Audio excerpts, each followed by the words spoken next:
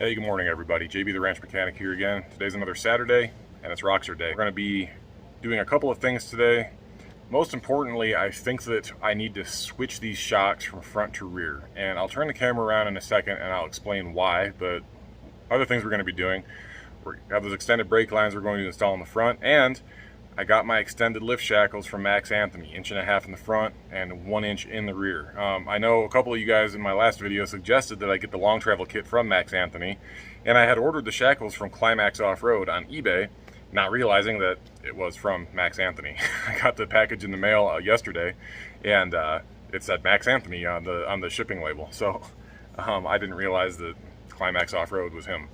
But yeah, these are his shackles. It's not the long travel kit, obviously. I don't have YJ springs or anything I'm installing on this, but they are the 1.5 inch front and 1 inch rear lift shackles. They come bare steel, so I was out here at like 9:30 last night priming and painting those.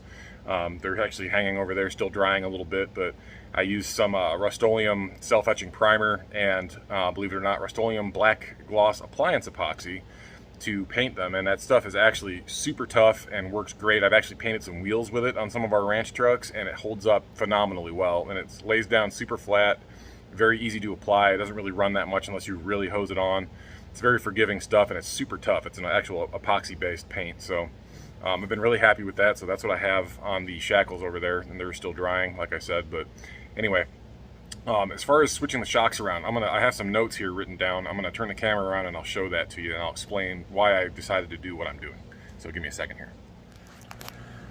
All right, so as far as our shocks go, the only measurement I could find was for the front shocks, and I presume that the rears are probably close to this, but I don't know for sure, and like a dummy, I did not measure them before I chucked them down in the trash burn pit, which is about 30 feet deep. So there's no way I'm climbing down there to get them back out, because we burn all of our garbage out here because we don't have garbage service in the middle of nowhere. So anyway, the only measurement I could find was from teamroxor.com on their forums, and someone who installed different shocks measured the fronts, and they came in at 12.6 compressed and 20.6 extended.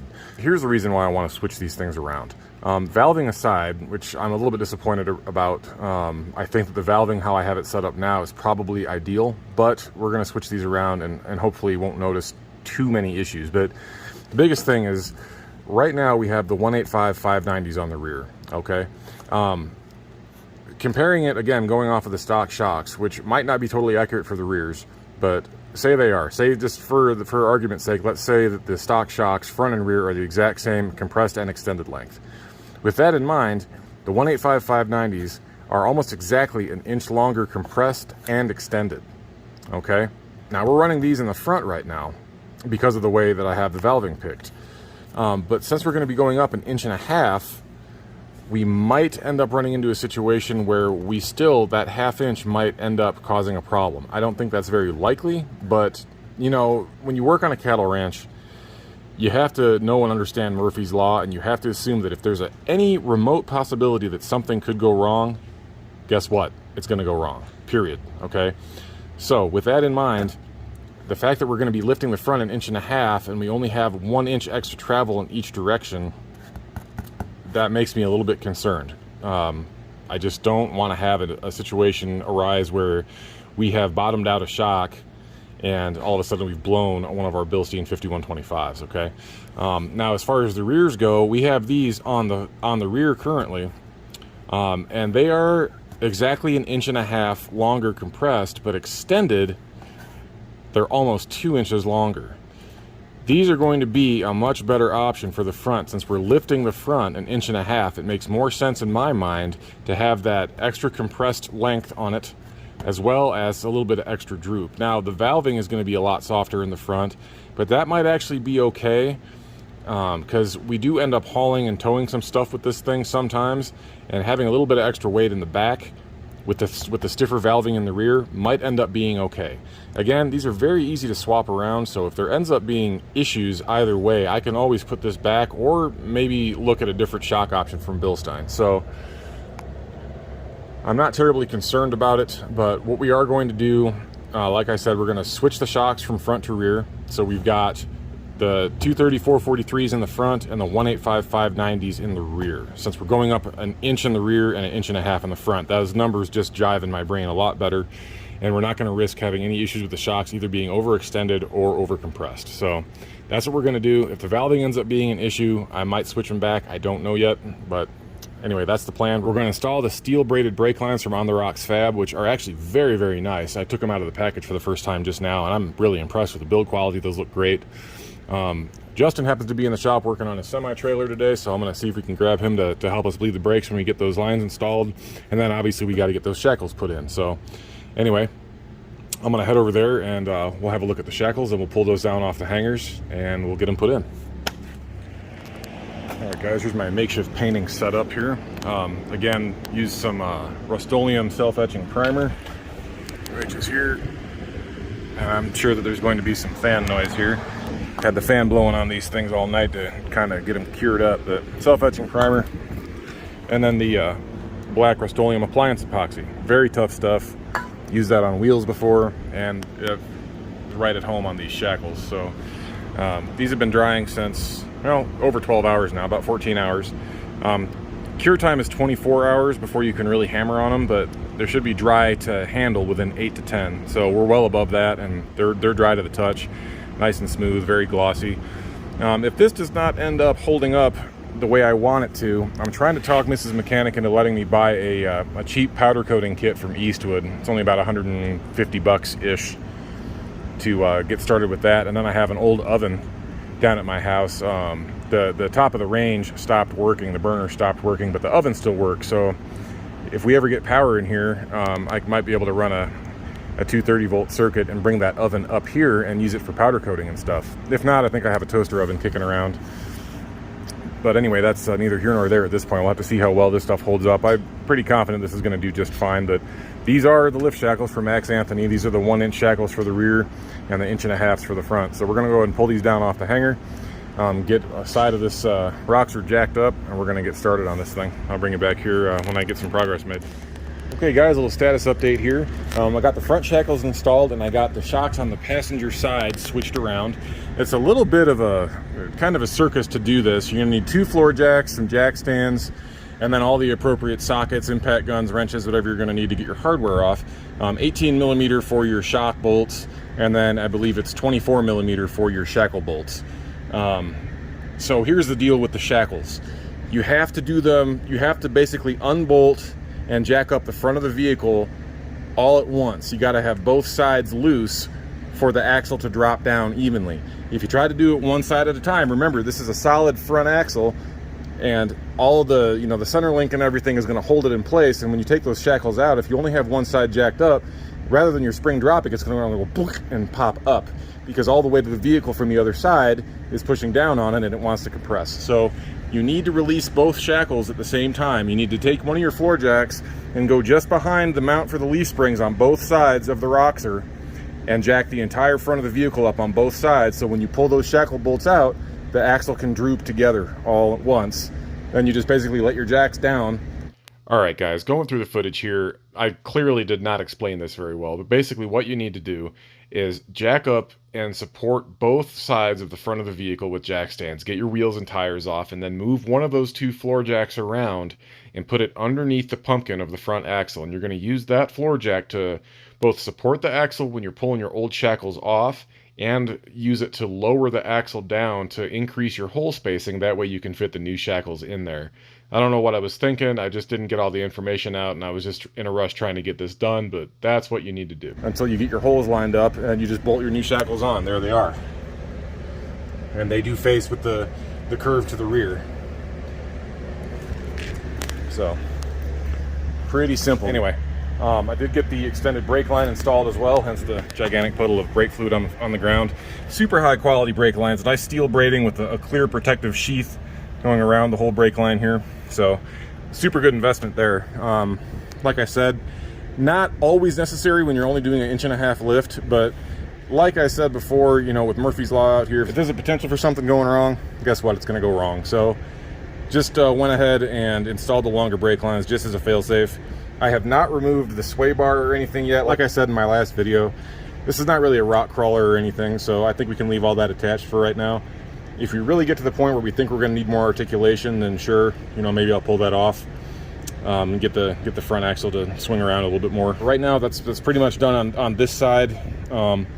So yeah, like I said, it's kind of a circus. Now that I've got this side of the Roxor done, this front corner is all wrapped up, and I got the shock switched around, I'm gonna have to put both of the tires back on this side, take my jacks and jack stands out, go around to the other side, pull those 2 tires off, get the shock swapped around there, get the brake line installed over there, let all of it back down again, then go around with both of my jacks, lift the rear of the Roxor up, that way I can install the rear shackles in the back. So yeah, like I said, kind of a lot of ups and downs, and taking wheels and tires off and putting them back on, and, you know, hokey pokey. So anyway, it'd be easier if I had a lift, but I don't.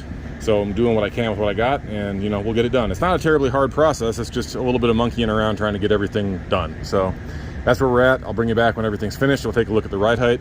Right now, the Roxor's kind of tilting because I have the whole right side of it lifted up more. Before I jacked up this back corner and everything, and just this side was level, it looks really good, guys. The lift height looks great. I would almost like to leave it as is, but I have these lift shackles in the back. Might as well install them. We have extended length shocks. Kind of have to use them. So I think it's going to look really good when everything's said and done. We just got to talk the boss into getting some bigger tires on this thing. So all right, guys, we're gonna go ahead and get this driver's side front brake line put on, and I'll actually walk you through the process. Very easy, but I figured while I'm out here, I might as well just show you how it's done. I'm gonna tuck you up into the front bumper here, and I'm hoping that it's not gonna be angled back too high because I cannot see where the camera's aiming. Hopefully that's set where you guys can see what I'm doing. But anyway, you're gonna definitely want to rag for this, because you're gonna want to catch this brake fluid. Brake fluid's really corrosive to paint. I don't know what kind of stuff they use on these, you know, steering components and knuckles and U-joints and whatnot, but just as a matter of course, you try to want to minimize the amount of junk that you're spilling everywhere. So the big nut, the jam nut here, I believe is a 17. Yeah, it's a 17 mil, and then I believe it's a 13 mil for that and for that. So you're going to want an adjustable wrench or a couple of 13 millimeters. Basically, you just crack your jam nut loose here. Remember, everything's backwards because the nut's behind, so lefty-loosey is actually to your right when you're doing this. So you just want to loosen that guy up. And I suppose you could crack the actual brake fitting loose first. I just hold it with my adjustable wrench while I'm doing that. Just want to minimize the amount of time we're allowing that brake fluid to drain out. And I always start with the top here and get the new brake line put on first. That way it can kind of gravity bleed and fill this line up with fluid as we're messing with it.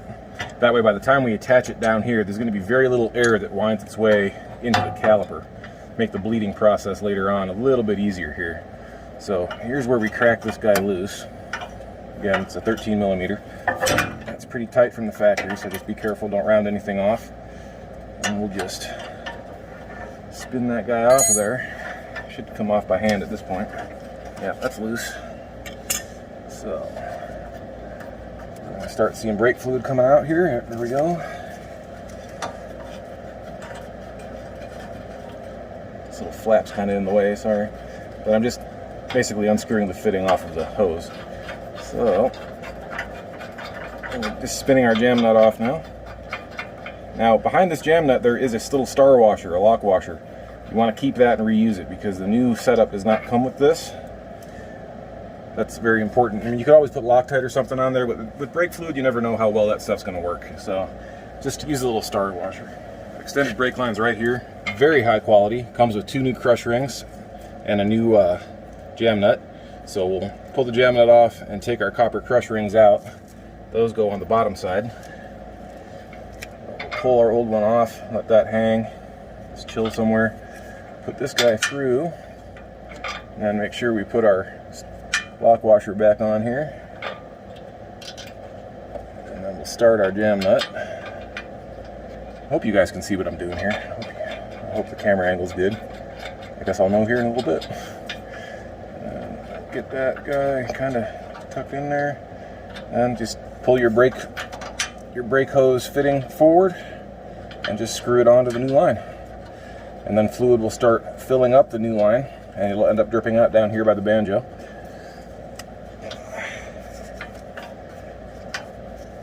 make a liar out of me. That's not how easy this is. Back off that jam nut a little bit to allow a little bit more flex. There we go.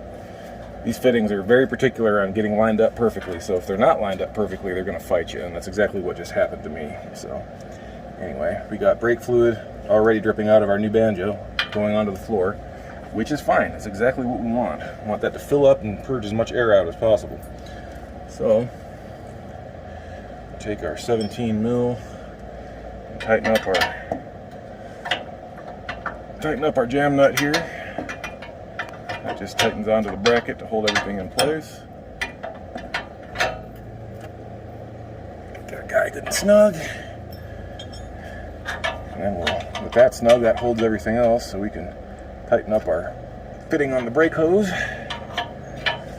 There we go, that's tight. Now down here, it's a 14 millimeter for your banjo bolt. You'll reuse the banjo, but you want to replace those crush washers. That's important.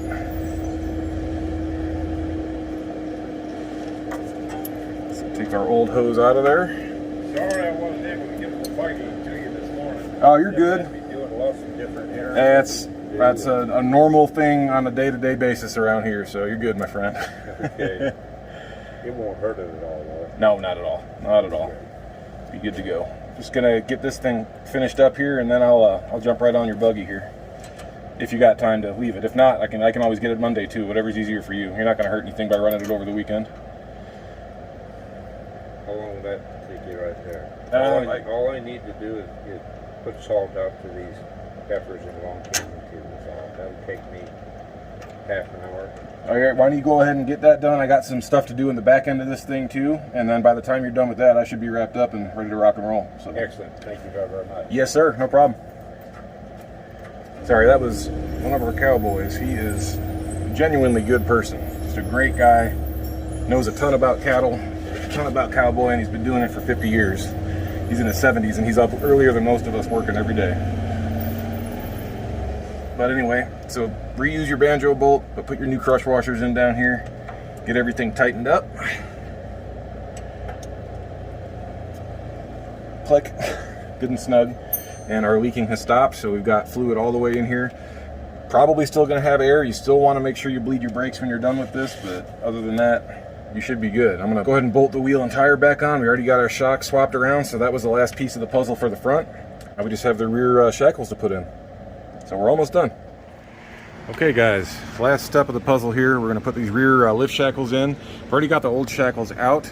It's a tight fit to get an impact gun up there, but I used my little mini Milwaukee M12. And it kind of engages on an angle, but it got them out. If you had some swivel sockets, some 24 millimeter swivel sockets, that would be ideal. But I don't, so I'm working with what I got here. So basically I got a jack stand over there, jack and jack stand over here, and then I have the center of the pumpkin underneath supported with the jack. So you just gotta kind of finagle the axle to get it to the point where the bolts are gonna slide out and you can get the old shackles off. And then what you need to do is let the jack down just enough so it lowers the whole axle down together like that, just enough until you can get your lift shackles installed. So I dropped it a bit too far there, but that's okay. That's why we have a jack. Just jack it back up until you can get your bolts back in. So let me do that real quick and I'll bring you back when we're all done. But this really couldn't be easier, guys. It's 4 bolts in about 10 minutes. All right, guys, here it is, the finished product. We just went and took it for a spin, brought it back. Everything's doing good. The brake light on the dash is illuminated because when we bled it, we got the fluid a little bit low. And I'm somehow out of .3 and .4 brake fluid in the shop, so I'm gonna have to go to the auto parts place on Monday and get some and top that off. But other than that, it should be good.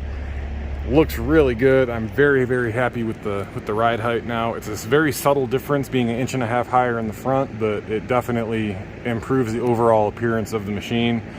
And it's going to allow us to get a little bit more articulation out of those axles and everything with the extended brake lines and the longer shocks. So all in all, I'm really impressed with it. I think for the money that you have to invest in this, for the shocks, the braided extended brake lines, and the lift shackles, I mean, you're less than $600 into it. So that's a pretty good deal as far as I'm concerned. So I'm really happy with it. I'll roll in a before and after here so you guys can get a direct comparison.